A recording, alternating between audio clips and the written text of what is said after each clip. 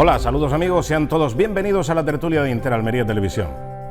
Hombre, si tuviésemos un gobierno con un mínimo de credibilidad, hoy sería una noticia importantísima que el presidente del gobierno de España anunciase que en los próximos 3 años se van a crear 800.000 puestos de trabajo. Han escuchado bien. La penúltima fue en la segunda mitad de los 80, cuando el gobierno de Felipe González anunció también 800.000 puestos de trabajo. Claro, luego vino el choteo. Ha dicho 800 o 1000. Era lo que decíamos por entonces, porque se destruyeron en ese mismo quinquenio nada más y nada menos que 2 millones de trabajos. No solamente no se crearon los 800.000 que prometieron, sino que se destruyeron 2 millones de empleos. Hoy el gobierno de Sánchez promete crear más de 800.000 puestos de trabajo en los próximos 3 años. Es un titular que aparece en prácticamente todos los medios de comunicación. El plan que presenta este miércoles el gobierno está basado en 4 ejes transversales e impulsará 27.000 millones de euros de los fondos europeos el próximo año. ¿En qué cosas? Pues miren, dejando al margen la economía verde, los nichos de mercado, oportunidades, emprendedores, política de género, digitalización, etcétera, etcétera, todo este tipo de cosas, algunos temas puntuales. Dice Pedro Sánchez que en un año vamos a tener a nuestra disposición 250.000 vehículos eléctricos y el año siguiente vamos a tener 2 millones. La pregunta es, ¿quién los fabrica? Porque claro, el valor añadido de tener un coche eléctrico, de tener la tecnología de última generación, no contaminante, etcétera, etcétera, tiene una consecuencia económica importante, y es que la carga de trabajo de producción de esos coches, ¿dónde está? ¿Está en España? ¿O está en Japón? ¿O en Corea del Sur? ¿O en Alemania? ¿O en Francia? Porque aquí lo que tenemos es continuada deslocalización de factorías, cierre de factorías de la industria automovilística. Pues yo qué sé, ¿esto qué nos deja? ¿Qué nos deja realmente este plan que ha anunciado Pedro Sánchez? De verdad es que parece que es más publicidad y propaganda que otra cosa, pero bueno, eso es lo que viene haciendo el gobierno de España en los últimos meses, y especialmente durante este periodo de la pandemia, de la nueva normalidad y de la reactivación. No en vano la ministra ya de Hacienda decía que ya estamos en franca recuperación económica, cuando todos los medios de comunicación y los analistas financieros de los 5 continentes dicen que el peor país que ha remontado de la pandemia económicamente y socialmente, y no digamos sanitariamente, es España. En fin, saludamos ya a nuestros contertulios. José Fernández, muy buenas noches. Muy buenas noches. ¿Qué tal, cómo estamos? Extraordinario. Bien. Sí. ¿Tienes alguna opción para esos nuevos 800.000 puestos de trabajo? ¿Te acuerdas cuando decíamos? Eso, me parece que el primero que hizo el chiste de 800 o 1000, claro, cuando Felipe González habló de 800.000, fue Pedro Ruiz, me parece. Me parece, pero vamos. Pedrito Ruiz. No, Pedro Ruiz, porque Pedrito era rico. Sí. Pedrito Rico, sí, que era otro de tus grandes ídolos de la canción. De la colección de casetes de gasolinera. Por favor, grandes éxitos de Pedrito Rico. ¿Quién no ha pasado un viaje a Murcia? Bueno, tú que eres un hombre ya no solo de prestigio, sino de una trayectoria prolongada en los medios de comunicación, recordarás a la inolvidable pareja formada por Héctor y Karin Silveira. Hombre. Para los jóvenes o menos avezados, habrá que recordar que Héctor y Karin Silveira eran la pareja de astrólogos brasileños que durante muchos años hicieron el pronóstico del horóscopo en la cadena SER, me parece que era. Bueno, pues en estos momentos creo que hay que otorgar muchísima más credibilidad a la obra completa de Héctor y Karin Silveira que a cualquier cosa que pueda decir este tío. O sea, yo me niego me niego a perder tiempo hablando en una promesa, en una afirmación que haya dicho este señor, que tiene un perfil psiquiátrico de mentiroso. Es decir, cualquier profesional de la psiquiatría que nos esté viendo podrá encontrar en el comportamiento, en la actitud, en los gestos, en la trayectoria de Pedro Sánchez, el perfil de un enfermo de la mentira. Es decir, hay enfermos de ludopatía. Bueno, pues este señor tiene un defecto, que se cree su propia mentira. Hemos conocido todos a personas aficionadas a la mentira, mentirosillos al cuadrado, pero lo de Pedro Sánchez es una cosa que sobrepasa los límites del ámbito normal y entra ya en un terreno sanitario. Es decir, está mal. Este hombre está mal y tiene la patología de la mentira. Por lo tanto, yo me niego a creer absolutamente nada de lo que pueda decir el mismo tío que durante varios meses ha estado hablando a la nación española de un comité de expertos que nunca existió y que se apoyaba en ese comité de expertos inventado para justificar medidas que afectaban a la vida y a la hacienda de millones de españoles. Es decir, ¿qué ha dicho? ¿800.000? Pues como se dice 900.000 o 300.000. Es que no hay otro comentario que hacerle, señor Sánchez, tururú, que no, que es imposible, está inhabilitado como interlocutor público. En fin. Óscar Muñoz, muy buenas noches. ¿Qué tal? Pues bien, pues me encantó de volver a coincidir con José, que hacía muchísimo tiempo que no coincidía con él. Y bien, pues nada, me queda poco que decir, aparte de suscribir lo que ha hecho, porque es que tenemos un presidente del gobierno que es un mentiroso patológico, absolutamente. Pero bueno, es decir, ha prometido 800.000 empleos. Bueno, teniendo en cuenta que ahora mismo haya cogido en ERTE pues algo más de, vamos, según lo último que yo he podido leer por ahí, pues cerca de unas 700.000 personas que ahora mismo ha acogido a un expediente de regulación temporal de empleo. Pues la verdad es que tampoco es que se vaya a quebrar. Si con volver a funcionar más o menos como estábamos antes, pues ya está, ya tendríamos los 800.000 parados más estos que promete. O sea que tampoco es que vaya a producirse ninguna mejora de la economía en el mejor de los casos, sino simplemente una vuelta a un estado, bueno, pues previo a toda esta situación generada por el COVID.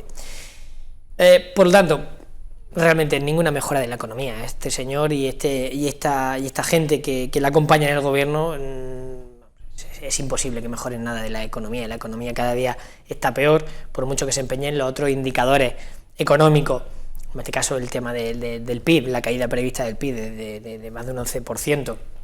En este último trimestre, es decir, todo va en contra de lo que dice el gobierno, por mucho que se empeñen en dar cifras, bueno, hablar de cifras grandilocuentes. La realidad, la tozuda realidad con la que se va a encontrar este gobierno es que su gestión de la economía es pésima.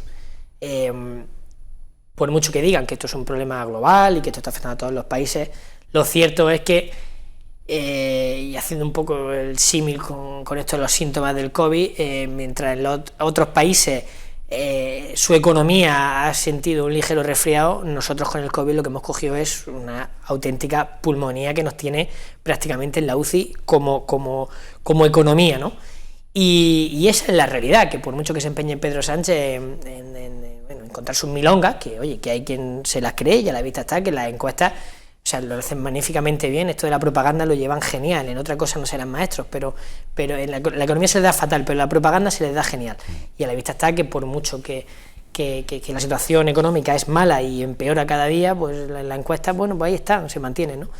Entonces, bueno, la realidad es que por mucha propaganda, los datos macroeconómicos que hay son devastadores, son terribles. Las consecuencias de la aprobación del techo de gasto que se ha aprobado ahora van a ser absolutamente brutales para la economía española, y por mucho que se empeñen en anunciar cifras que saben que jamás se van a materializar, por mucho que se empeñen en eso, la realidad es que estamos abocados a una situación económica terriblemente mala, que dudo mucho que este gobierno sea capaz de enderezar. Sí, pero cuando la realidad es tozuda, sin embargo tenemos un gobierno que es reacio a admitir ni la más mínima, José. Es increíble, porque yo no sé, hombre, en países que han sufrido el régimen comunista y populistas de diverso pelaje, pues la verdad es que esta práctica es muy habitual. Llegaron al poder en contra de la tozuda realidad, haciendo realidad la suya. Es decir, sus mentiras, haciéndolas valer y buscando enemigos ficticios en el exterior, amenazas, siempre etcétera, quedará, siempre el contubernio judeo-masónico, siempre o lo que nos quedará el recurso de los grandes economistas Garzón. imprimir dinero. Es una solución. El hermano. Una solución al alcance de cualquier fábrica nacional de moneda de timbre. Esto ya pasó en Venezuela.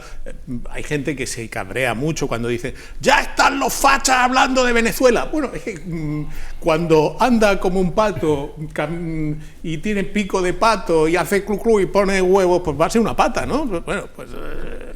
se parece mucho a lo que hemos visto en Venezuela. Y en Venezuela yo no tengo actualizado la lista de precios, pero ya no sé si la barra de pan está a trillón de bolívares o algo así, no lo sé. Es decir, hay que admitir que los que asesoraron tan brillantemente al gobierno bolivariano, pues se fueron de allí y han dejado a Venezuela convertida en un erial. Bueno, pero es que asesoraron para eso. Claro. Para obtener esos fines. Bueno. Es que la consecución y actual ayer, tan penosa era esa. Cuando ayer en las cuentas de Twitter Echenique, el gran pagador, y Pablo, el gran moños, empezaban a deshacerse, por fin, a partir de ahora, España, no sé qué, el techo de gasto, la ruptura, la igualdad de qué, madrecita, que me quede como estoy, porque que si estos tíos están celebrando una medida económica, ¿qué podría salir mal?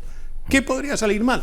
Porque, insisto, la solución de imprimir dinero, que a mucha gente podrá decir, pues claro, vamos a imprimir dinero y es más, lo vamos a repartir entre la gente, que también es una idea extraordinaria. Venga. Eso es que está demostrado que no funciona, amigos, no funciona. Por suerte el Banco Central Europeo es quien controla la emisión de billetes, o sea que la opción de, de la impresión... ¿Quién es el Banco Central? Sí, esto efectivamente, esto de aquí a nada, pues crean otro ellos y a imprimir billetes. No, por suerte, efectivamente, hay cosas que no están en sus manos. Hay que recordar que Monedero, otro apellido que hace honor a su trayectoria, que Monedero recibió presuntos pingües beneficios por asesorar al gobierno bolivariano sobre una moneda que ni existía, ni existió, ni existirá. Yeah. Sin embargo, cobró en moneda en recurso legal. Sí, que eso es maravilloso. Bueno, otro personaje de hoy que también es una noticia bomba, si no fuera por lo que es, porque todo esto le resbala. Y evidentemente, por muy, digamos, ampuloso que sea el titular, hombre, han pedido suplicatorio al Tribunal Supremo para imputar e investigar a Pablo Iglesias por 3 presuntos delitos que son denuncia falsa, revelación de secretos y daños informáticos. Diríamos, hombre, pues parece que la noticia es seria. Es esto embaular de esa manera estos 3 presuntos delitos y nada menos que en un vicepresidente del gobierno es un tema serio. Sería tema serio si fuera un vicepresidente del Partido Popular. Sí, bueno, si fuera del Partido Popular ya estaría... Estaría ya, vamos, en calabozo. Bueno, decía justiciado, pero casi. Es terrible decir, vamos, para empezar primero se tiene que aprobar el suplicatorio. Sí. Y ahí tiene que haber una mayoría que vamos a ver en qué queda esto. Del Supremo, o sea que el Supremo tiene que dar el placer. No, o sea, el Congreso, esto se dirige, el suplicatorio lo hace la Sala Segunda del Tribunal Supremo, la Sala de lo Penal, al Tribunal Supremo, y el Supremo ahora tiene que votar. Creo,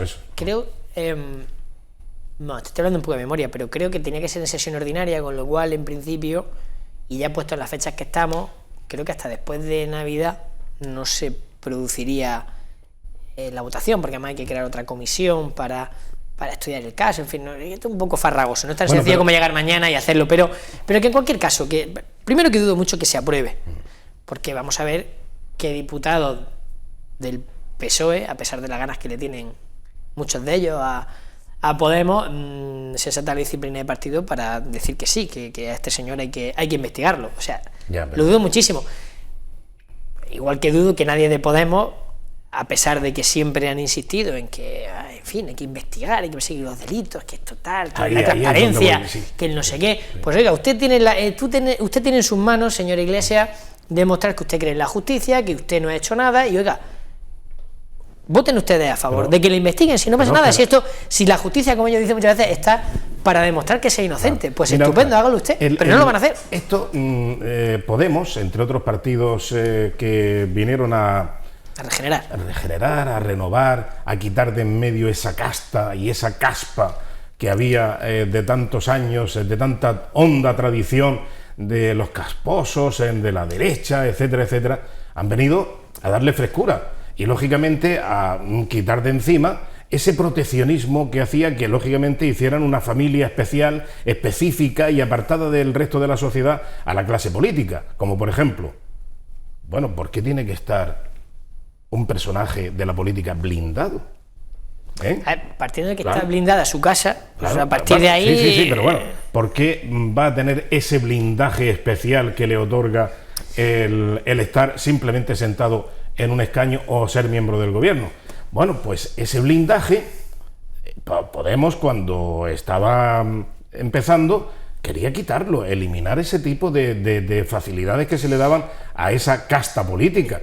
Hombre, y otra cosa, si yo tengo una mosca cojonera a nivel judicial rondando, qué mejor que ir a los tribunales al día siguiente para que se dirima la verdad y para que se sepa y se esclarezca. ¿Quién mejor que yo dar el primer paso y no escudarme en el proteccionismo que me ofrece estar blindado? Mira, el estar aforado, eso lo veía muy mal Podemos, lo veía fatal. Pero horrible. Podemos veía mal todo lo que en su momento jamás pensó que podría llegar a vivir, y ahora que están viviendo determinadas cosas en la política, pues ahora ya evidentemente, claro, ya no es tan malo un suplicatorio, ya no es tan malo el poder pues escarcelar a unos presos independentistas que han sido condenados. Es decir, todas las cosas que antes se veían muy mal, que se veían como algo característico de la casta, de la podredumbre del sistema del 78, ahora le encanta, la aplica, y además gozan como un marranillo en un charco, permíteme la expresión. Ahora gozan con estas cosas,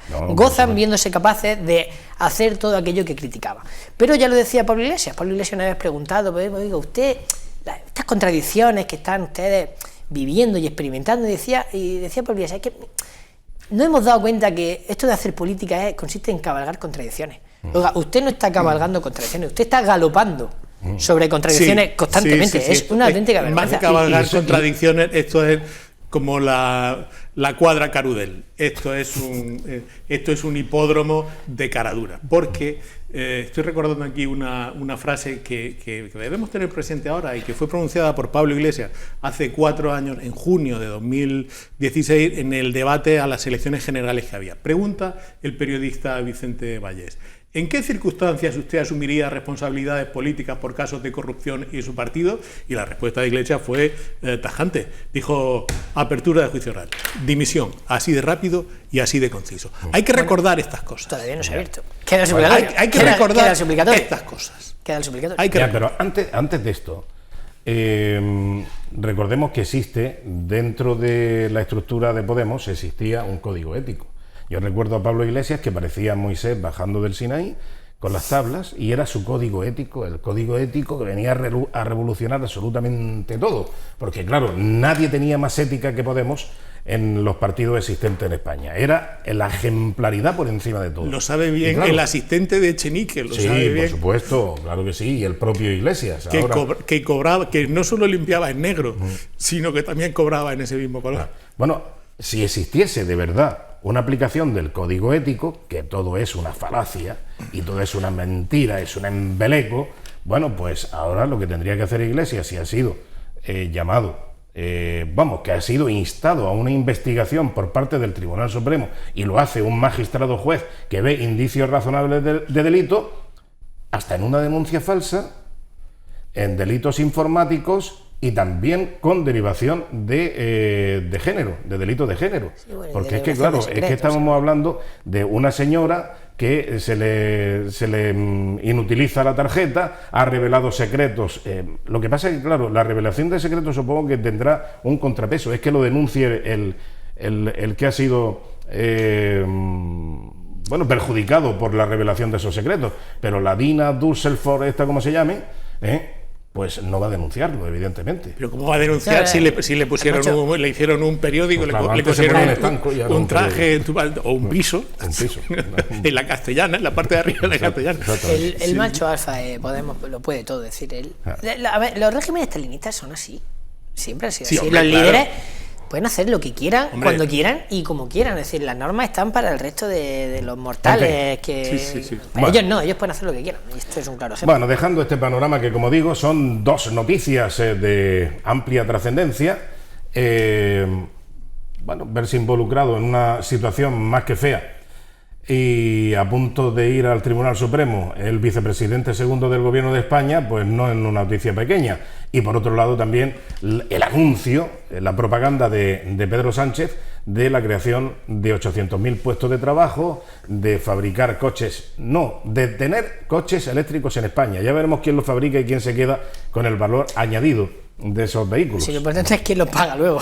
Sí, bueno, a ver cómo está la economía, a ver quién va a comprarlo. Para comprarlo. Si es que ese es el esto problema. Es un embuste detrás de si aquí no tienes una industria, porque cada día se está debilitando más el tejido industrial, evidentemente, y hay, bueno, pues cuando tienes situación de inestabilidad política con el independentismo en Cataluña, otro tanto en el País Vasco, pues las empresas, bueno, también están tocando a la puerta a Galicia, y allí hay empresas automovilísticas que son francesas, alemanas, incluso pues están localizadas algunas empresas y algunas industrias que son filiales de Japón y de Corea del Sur. Bueno, pues estas empresas salen de aquí corriendo porque... ¿No fue Pedro Sánchez, el de los 800.000 puestos de trabajo, el que dijo que Nissan no iba a cerrar? No, claro. Por eso, pues, no, digo por situar la credibilidad del personaje. Es como, en fin, si es que el gobierno es una colección de...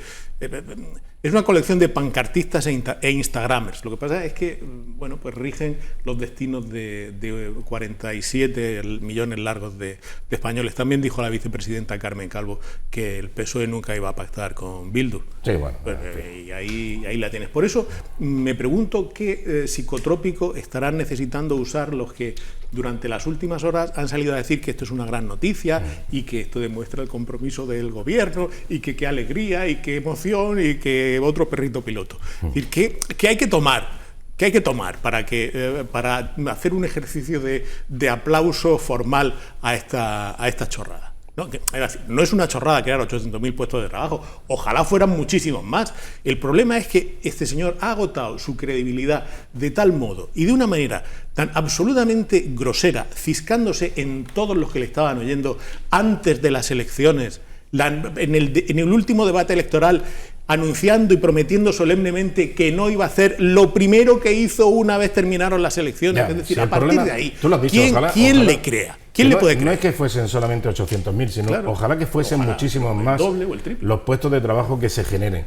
Pero el problema es que el escenario, independientemente de gobierne quien gobierne, el escenario es tremendamente complejo. Y el papel que podía jugar el gobierno de generar un escenario atractivo a la inversión es nulo, porque para atraer a la inversión hay que generar un escenario de estabilidad. ¿Y a qué se dedica el gobierno? Pues a soltar ministros, a pegar ladridos contra el rey. Pero si tienes una cosa que cualquiera vendría. Si tienes el peor de los escenarios y tienes el peor cuadro de actores, evidentemente te sale un churro como un piano. Entonces, claro, tienes el peor escenario, pero tienes también el peor gestor, el peor gobierno para poder desenvolverse en ese escenario.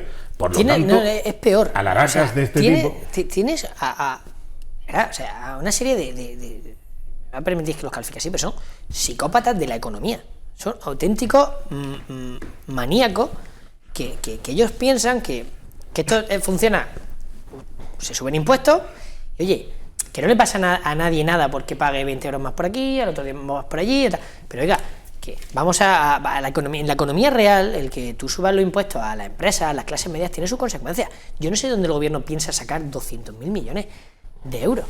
Bueno, sí lo sé, del bolsillo de todo. Y piensan que eso, en el corto o medio plazo, eso puede generar o puede ser algo bueno para la economía. Es decir, van en contra de lo que...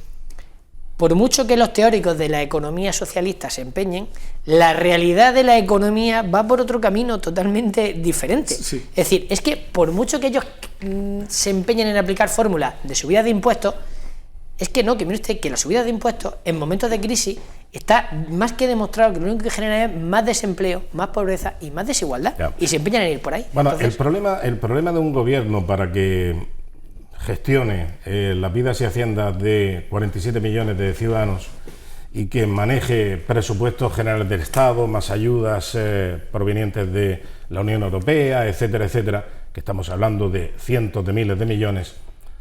El problema es cuando no sabes contar entre 25, 1, 2, 3, 4, hasta 25.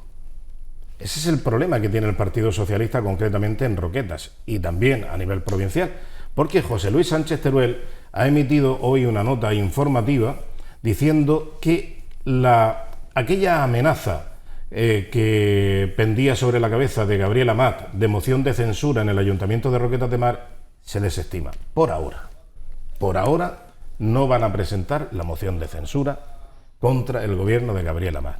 Y digo yo, tienen 25 concejales. Coño, cuéntalos. Cuenta los que son proclives y los que son contrarios para votar la moción de censura. O te sale o no te sale. Pero vamos, como decía aquel, si hay que ir se va, pero ir para nada mejor no ir, digo yo. Bueno, no han sabido ni contar los 25. Esto forma parte de las estrategias de esa moción de censura, que tú dices, vamos a presentar una moción de censura, y la gente que no siga de cerca la actualidad, en este caso del Ayuntamiento de Roquetas, dirá, coño, ¿qué habrá pasado para que se pongan una moción de censura? Bueno, van a cambiar de alcalde porque esto está fatal. No, pero es buscar, es una bengala en mitad de la noche, es un gesto pirotécnico que dura pues lo que dura encendido y luego decae y se va al suelo. Bueno, pues algunos creen que esa es la forma mejor de hacer oposición, y yo, en fin, desde la modestia de este rincón les recomendaría que hicieran un seguimiento histórico de resultados en el Ayuntamiento de Roquetas, por centrarnos solo en el Ayuntamiento de Roquetas, aunque también podrían mirarlo en otros resultados, y decir, amigos, compañeros, compañeres, llevamos haciendo esto los últimos años, ¿nos ha dado buen resultado? Todo el mundo dirá, no, coño, no, pues hemos palmado. Alguno dirá, sí, muy bien, José Luis. Bueno, ese será el más entusiasta, pero alguien dirá, si haciendo esto nos está yendo francamente mal, ¿no será el momento de cambiar algún tipo de estrategia? Pues no, siguen ahí a lo suyo. Bueno, pues enhorabuena por esta nueva moción de censura que se ha quedado en emoción. En emoción. En emoción. El señor Sánchez Teruel, habría que recordar que, creo que el Partido Popular había presentado hace poco un escrito al juzgado para que este señor declarase en calidad de imputado por el caso Marisma, en el que creo recordar que se debieron cerca de 40 millones de euros de fondos europeos para la modernización de la zona del Bajo Guadalquivir para la explotación agraria y tal. Sí, mejora agrícola y de regadío. O sea, que está el señor Sánchez Teruel como para estar con mociones de censura y... Conmocionado debe estar, porque hay que recordar, sí, que claro... Dice, ¿por qué habláis de Sánchez Teruel? Bueno, porque Sánchez Teruel ha salido a pedir una moción de censura fallida. Y entonces es bueno recordar que seguimos esperando que nos desentrañe el mecanismo del contador de días sin obra del AVE, que solo funcionaba mientras gobernaba el PP. Mira, entró a gobernar el PSOE, y se rompió completamente. Bueno, a mí me gustaría encontrar en esta moción de censura cuáles son los argumentos objetivos para presentar una moción de censura, porque siempre habría que armar un poquito de lógica argumental, ¿no? Vamos a ver, la moción de censura se presenta porque tenemos una situación insostenible, el pueblo va muy mal, está endeudado, Roquetas de Mar es un desastre, está sucio, desordenado, no viene turismo, la agricultura ha caído hasta el 10% y bueno, hemos perdido el 90% de productividad, un desastre. Y todo eso tiene la culpa el ayuntamiento y concretamente el alcalde. Moción de censura. Pero es que resulta que a mí me gustaría encontrar solamente una propuesta, una iniciativa, una realización en Roquetas de Mar que venga de la mano de algún miembro de la oposición. Una. Solo una. No pido más. Ninguna retahíla. Solamente una iniciativa que venga en lo agrícola, en lo comercial, en lo turístico, en lo económico, en lo social, que haya beneficiado al pueblo de Roquetas de Mar y que haya provenido de una iniciativa de la oposición. Solamente una iniciativa, un gesto que haya repercutido positivamente en los ciudadanos de Roquetas de Mar en los últimos 20 años. La moción de censura es una herramienta legal. Ninguna. No sé. Porque el trabajo de la oposición en Roquetas de Mar es ser oposición. Es decir, no es una oposición que diga tenemos un proyecto alternativo porque esto funciona mal. No, el trabajo de la oposición es oponerse y hasta ahí. Por eso digo, pero es que ¿cuáles son los argumentos? Pues no lo han presentado, decir que todo está muy mal y tal, pero no hay una cosa concreta. Es decir, este va a ser el alcalde de Roquetas porque queremos que sea. No, simplemente Pero en la línea, Roquetas de Mar, pues que en la convertido. línea del folladero. Pero una ciudad, porque ya no es un pueblo, Roquetas de Mar es una ciudad moderna, pujante, que tiene unas potencialidades desarrolladas, porque hay otras potencialidades que quedan ahí dormidas, latentes, y que nadie las reactiva. Y claro, al que asa y amasa de todo le pasa. Y al alcalde de Roquetas de Mar, pues ha hecho muchísimas cosas en su pueblo. Alguna habrá sido extraordinaria, otras buenísimas y alguna mala, evidentemente, o regular, tirando a mal. Pero lo cierto es que se han hecho muchas cosas en Roquetas de Mar. Y claro, a mí me gustaría que... ¿Dónde está el contrapeso de la oposición a la hora de aportar criterios, alternativas, dar juego, en definitiva, en una oposición, diciendo, no, el alcalde propone esto, pero nosotros queremos más, y vamos a proponer esto y lo otro? No, ha sido todo cortapisar, ha sido todo trampear, porque... Podemos poner ya sabes, ejemplos, Antonio, que pero... estos minutos de televisión están sirviendo para que los más fieles seguidores de este programa, que es el mejor programa de tertulia de la televisión almeriense, digan que estamos, abro comillas, blanqueando, cierro comillas, a Gabriel Amat. Lo digo como homenaje a la zona agrícola. Ya sabes que yo estoy al margen de los blanqueamientos. No, de esos líos. No, pero quiero decir que Gabriel Amat no es el alcalde de Roquetas. Los líos de las redes, me refiero. Ya, haces bien. Yo te lo aconsejo. Pero que Gabriel Amat no es alcalde de Roquetas de Mar porque él se haya plantado y decir, pues soy alcalde y no me... No, es alcalde de Roquetas de Mar desde hace, creo, 25 años. Sí, por eso te digo, o un en los disparate de últimos 20 años, porque los propuesta. roqueteros, libremente y con su voto en la mano, lo han depositado en las urnas. Punto. El día que los roqueteros quieran que haya otro alcalde, libremente, con su voto en la mano, lo decidirán. Pero presentar una moción de censura por presentarla, pues ya digo, son ganas de hacer ejercicios pirotécnicos y buscar titulares de un día. Es que necesitamos los dos que números. se cindieron de Vox y que forman parte del equipo de gobierno. Porque pero es que, y aparte de eso está en que cuando tú presentas una moción de censura, lo mínimo es tener preparado, tener atado el número de votos o al menos tener preparado una campaña de promoción mediática de la moción de censura como está haciendo ahora Vox con la moción de censura. Tú tienes una serie de argumentos, una serie de entrevistas y con la percha de la moción de censura estás yendo a las radios, a las televisiones y estás ganando notoriedad. Es una manera de entender. Y otra cosa es montar una moción de censura sin argumentos, sin candidato, sin proyecto y ni siquiera, bueno, ya, sin voto y ni siquiera con un plan de comunicación. Es que eso es lo fundamental. Es que vamos a ver, si es que no te dan ni los números. Es decir, que, o sea, es hacer el ridículo, por hacerlo. Es decir, pues, si te dan los números y tú crees que tienes posibilidades de. Vale, perfecto, yo entiendo, y ahí pues entra en juego todo lo que tú dices, ¿no? De preparación de la moción, de explicar al personal allí en Roquetas de Mar, pero vamos a hacer esto, por lo otro, pero es que no te dan ni los números. O sea, es hacer el ridículo, pero bueno, en fin, yo qué sé. Es que yo lo digo siempre, hay mucha gente que tiene que justificar su sueldo, justificar su trabajo, y entonces, pues por desgracia, pues cuando no hay más a lo que recurrir, pues se hacen estas cosas, lanzar aquí la idea de si vamos a presentar una moción, pero si no le dan ni los números, pero caballero. Lo que estaba diciendo antes, si durante 25 años el PSOE, que es el principal grupo de la oposición, lleva una trayectoria en Roquetas y los números no le dan y una y otra vez en las elecciones comprueban que los roqueteros le dicen no, hagan otra cosa, pero no contribuyan a un poco prometedor escenario de futuro por haciendo pamemas de esto, haciendo el fofó. Como dice yo pensaba que era el PSOE el número uno en este tipo de cosas de mentalizar, de hacer la propaganda, la difusión. Claro, por ejemplo, la moción de censura de Sánchez, que sí la pudo montar porque ya al final le daban los números, le daba igual que fuera de uno, de otro, el caso, sumamos, presentamos la moción de censura. Pero el objetivo de la moción de censura era sacar al PP y sacar a Rajoy, porque a partir de ahí, ¿qué otro proyecto había? Porque no me vale como proyecto la transversabilidad, la visibilidad, el sostenibilismo feminista, no sé, todas esas cosas. Eso, proyecto real de país.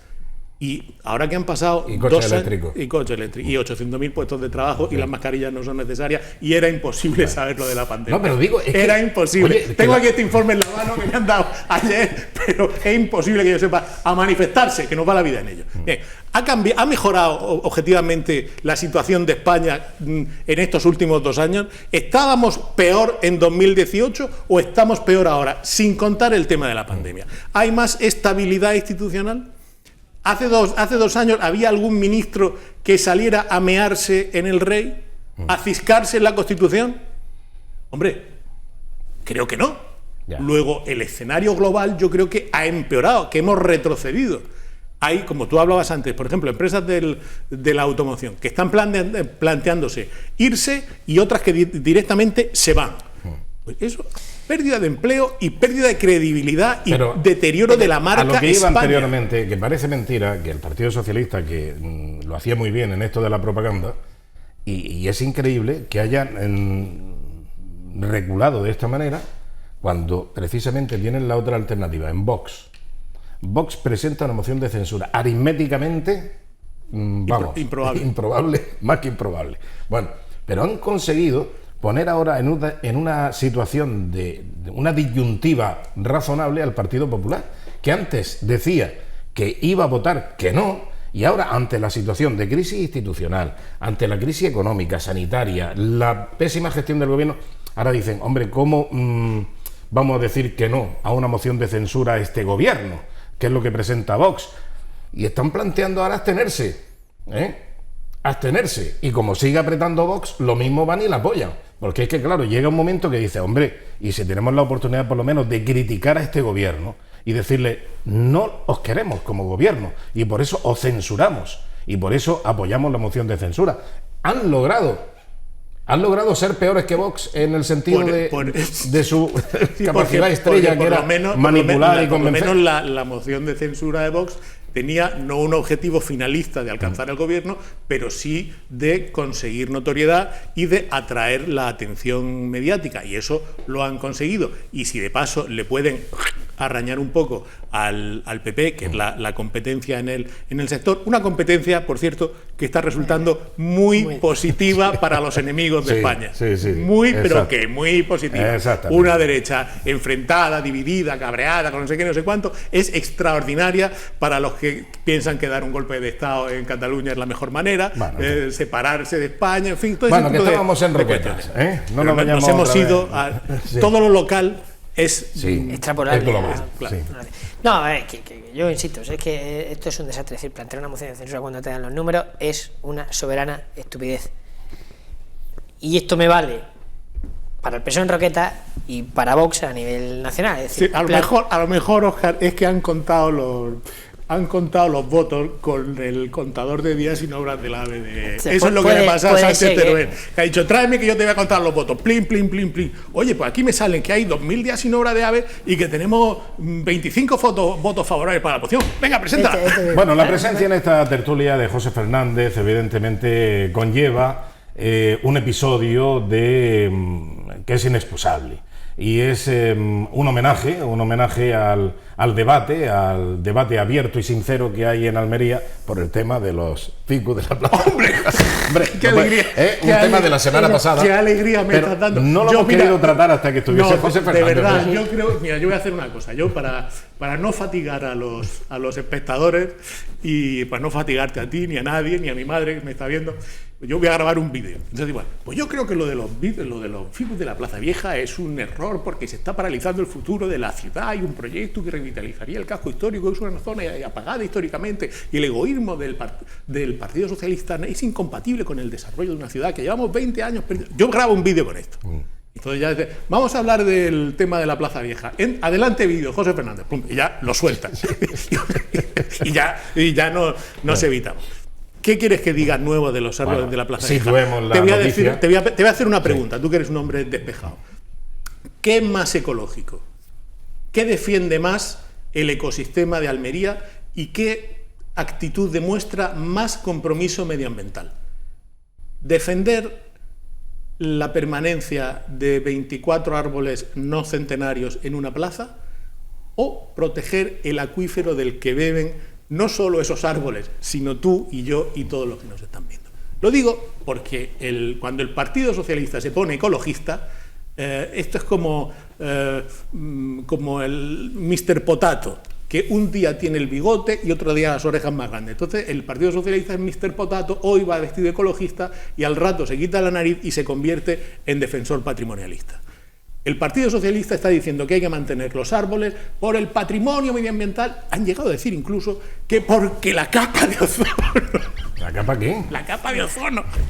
¿Qué le pasa? Pues, coño, que si quitan los árboles se funde un glaciar en Groenlandia. Un agujero. Un agujero se le hace. Bueno, han dicho absolutamente todo. Y sin embargo, están negándose a que se aumente la capacidad desaladora de la factoría que hay en Almería para evitar la extracción de agua en los acuíferos, en los pozos de Bernal.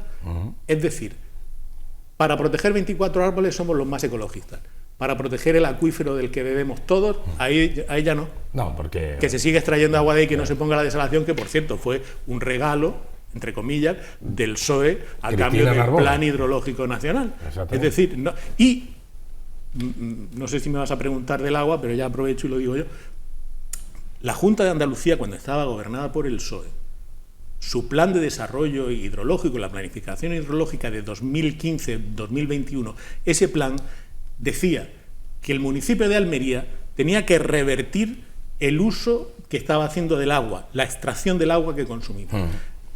80% extraída de pozos, 20% desalada. Decía que para 2021 tenía que invertirse esa proporción, 20% extraída, 80% desalada. Eso es lo que estaba diciendo que había que hacer el PSOE, es lo que va a hacer el Ayuntamiento de Almería. Bueno, pues al PSOE le parece fatal. Le parece fatal. Entonces, ¿qué pasa? ¿Seguimos extrayendo agua de los pozos del acuífero hasta que se seque? ¿Vamos a acabar bebiendo agua con fango? ¿O fango directamente? Claro, el problema, lo que no dicen es que las desaladoras que pusieron a cambio del Plan Hidrológico Nacional son muy caras y que desalar 1 litro de agua pues cuesta un dinero. Bueno, cuesta energía eléctrica, que entre otras cosas pues tiene que salir de donde sale muchas veces y al final terminas contaminando más. Es decir, que la milonga esa de más agua, más barata, para siempre, no era. Pero vamos, volvemos a lo de los coches eléctricos de nuestro querido presidente del gobierno. O sea, es que el coche eléctrico está más que comprobado que la huella de carbono que deja la construcción de la fabricación de un coche eléctrico es muy superior a la que genera en contaminación cualquier coche de combustión. No solamente la gasolina. O sea, es decir, pero Oscar, no solamente la huella de carbono. Que esto es el mismo rollo en siempre. La fabricación. Es después, para la eliminación de los residuos, las baterías de litio. El litio es un contaminante, pero vamos, bestial. Sí. Entonces, claro, ahí tienes también un problema añadido. Pero es que, claro, a mí me resulta esto muy curioso porque el biólogo Martín Soler decía que la desaladora era lo mejor que había porque era energía limpia. Porque la desaladora de ósmosis inversa se enchufa a la corriente y no produce ningún gas. Claro, evidentemente... Aquí no, en el sitio donde se produce la energía eléctrica, quizás el kilovatio hora que sacas de ahí lo tiene que producir alguien no se sabe dónde. En Carboneras ya no, en la central térmica de Carboneras, que esa es otra. Luego si quiere hablamos de los Carboneras, que ha venido Susana Díaz y ha estado imperial. Pero bueno, es que resulta que dice, bueno, ¿cómo es posible que se digan este tipo de cosas, que se engaña a la gente de esta manera? Porque claro, es un modelo de energía que ahora mismo tiene unas limitaciones, porque tú, la energía eléctrica de la carga, tiene unas pérdidas de transferencia, la tienes que transferir a una batería, y hay pérdidas de transferencia.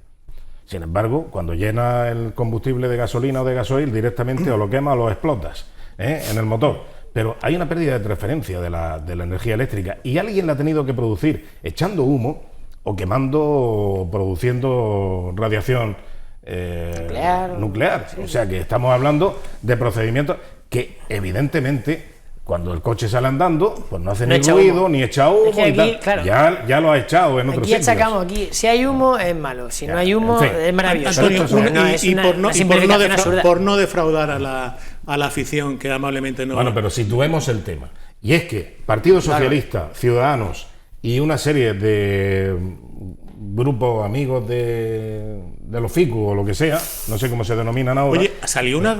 No te rías. Bueno, que han pedido al Tribunal Superior de Justicia... Salió una asociación de mujeres árbol. Sí, es verdad, sí. Y además que escalaron, vamos, que treparon. Se daban abrazos rayanos con la lubricidad en los árboles. Qué barbaridad, hombre. Estamos hablando de resinas o estamos hablando... Pues yo veía ahí restregones y unas cosas tremendas. Oye, respetable. Que a todos nos estamos ya fuera de horario infantil. Pero en la Plaza Vieja estamos hablando. Sí. Bueno, en fin. Y de eso no hay quien proteja. El Tribunal Superior de Justicia de Andalucía ha pedido unas medidas cautelares y, lógicamente, pues lo que dice, vamos a pedir un tiempo para estudiar este asunto, porque claro, es que han presentado una demanda para que no se levanten los árboles de la Plaza Vieja y el Pingurucho. El Pingurucho se va a levantar, sí o sí, y los árboles, pues ahora ha pedido ha practicado unas medidas cautelares el Tribunal Superior de Justicia de Andalucía y ha dicho, quiero tiempo para estudiar este asunto. La cautela principal la tendría que tener los que están diciendo que esto es una victoria judicial o que los tribunales le han dado la razón o que han... Bueno, es que la retórica, hoy leí en la prensa que la acción de la oposición estaba driblando, como Garrincha, una medida que estaba driblando una medida del equipo de gobierno porque el alcalde quería sepultar. ¿Sepultar qué? Pues quería sepultar el tema del debate sobre el agua. Se nos mezclan los temas, pero es que me ha llamado la atención que la oposición dribla y el alcalde sepulta. Bueno, el lenguaje nunca es gratuito. Nunca. Luego dice, no, es que nosotros somos muy independientes. Sí, pero la oposición dribla y el alcalde sepulta. A lo mejor porque le parecía que lo de entierra era ya un poco... excesivo. Bueno, que están diciendo que esto es una victoria judicial y que los jueces le dan la razón. No. Tenemos aquí un magnífico abogado que nos confirma que cuando hay una medida cautelar, lo que dicen los tribunales, que los jueces no suelen ser legionarios a la bayoneta. O sea, no piensen que al toque de corneta, ejemplos de valentía y bizarría. No. Los jueces dicen, mira, pedimos una medida cautelar y que corre el tiempo. Y eso es lo grave, porque el tiempo en una ciudad es lo que menos vale, pero al final es lo que más nos cuesta. El tema de la Plaza Vieja, con su Pingurucho, con sus árboles, con su obra en ruinas del ayuntamiento durante décadas, han pasado 20 años desde que se presentó el proyecto de reforma de la Plaza Vieja. ¿Y de qué han servido estos 20 años? De nada, o de muy poco. Y 20 años en una ciudad es una vida entera. Hay almerienses que tienen 20 años y que para esos almerienses 20 años es toda su vida. Bueno, y esos almerienses han conocido el ayuntamiento, no han conocido el ayuntamiento en la Plaza Vieja, no lo han visto. Y una ciudad no puede perder tantísimo tiempo en cuestiones bizarras, en cuestiones de apostolado ideológico. No puede. Es decir, le está haciendo mucho daño a la ciudad que exista un grupo, vinculado siempre a la nave nodriza del PSOE, un grupo de apóstoles de la ideología, gente además que se suma con buena intención, gente con intención claramente política, y están secuestrando el futuro de la ciudad. Están haciendo mucho daño, porque ha pasado ya suficiente tiempo para que la Plaza Vieja de la ciudad, con árboles o sin árboles, sea lo que siempre ha sido, lo que han conocido generaciones enteras de almerienses, el centro neurálgico, el centro administrativo y, si quieres, hasta el centro emocional de una ciudad, su plaza porticada, su ayuntamiento. Bueno, desde hace 20 años los almerienses no tienen derecho a eso, porque ha estado cerrada, en obras, llena de escombros, apartada de la vida de la ciudad, fuera de los recorridos de ocio. Ahora que el ayuntamiento está, por fin, que le dejaron que tomara las riendas en la rehabilitación de un proyecto, insisto, del que se empezó a hablar hace 20 años. Bueno, por fin ya la fachada está terminada, queda reformarlo por dentro, convertir a ese edificio que está catalogado que es histórico en el corazón, en el núcleo administrativo de la principal administración de la ciudad, que es su ayuntamiento, conectar la Plaza Vieja con el casco histórico, con la zona de la Hoya, convertir esa parte del casco viejo, del casco histórico, en una zona atractiva de valor, que genere empleo, que sea atractiva para los almerienses, para los que nos visiten. Si ahora las medidas cautelares le añaden más años de retraso a esa obra, ¿qué salimos ganando con esto? Meter una medida cautelar en esta actuación es un éxito solo comparable al haber dejado Almería sin Corte Inglés. Todos los que dicen ahora, el centro se muere, el centro está muerto, pero coño, ¿cómo estaría el centro de Almería si lleváramos con un Corte Inglés hace 10 años funcionando en el donde está ahora la Salle? ¿Estaría el centro muerto o estaría tan muerto? Iba a decir que ese éxito podría ser comparable al de la moción de censura de Roqueta, pero, sí, pero bueno.